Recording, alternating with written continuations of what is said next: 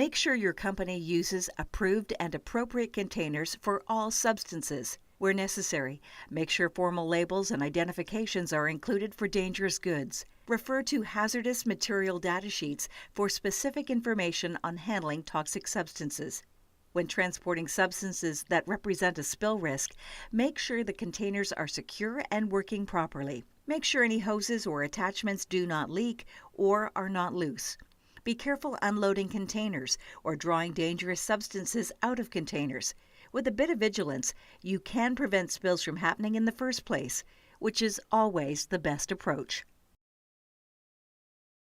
Despite everyone's best efforts, spills still sometimes happen. When they do, fast and appropriate action is the key to containment and preventing as much damage as possible. The spill response plan has several important elements.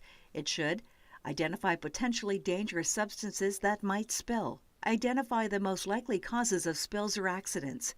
Outline responsibilities if a spill happens. Include emergency contacts for fire, police, first responders, hospitals, doctors, relevant government agencies, cleanup specialists, the media, and the company. Outline communication protocols between the site and the emergency leadership team. Describe the process for responding to spills. Describe responsibilities for reporting spills. Include instructions for debriefing after the incident is over. Spill kits.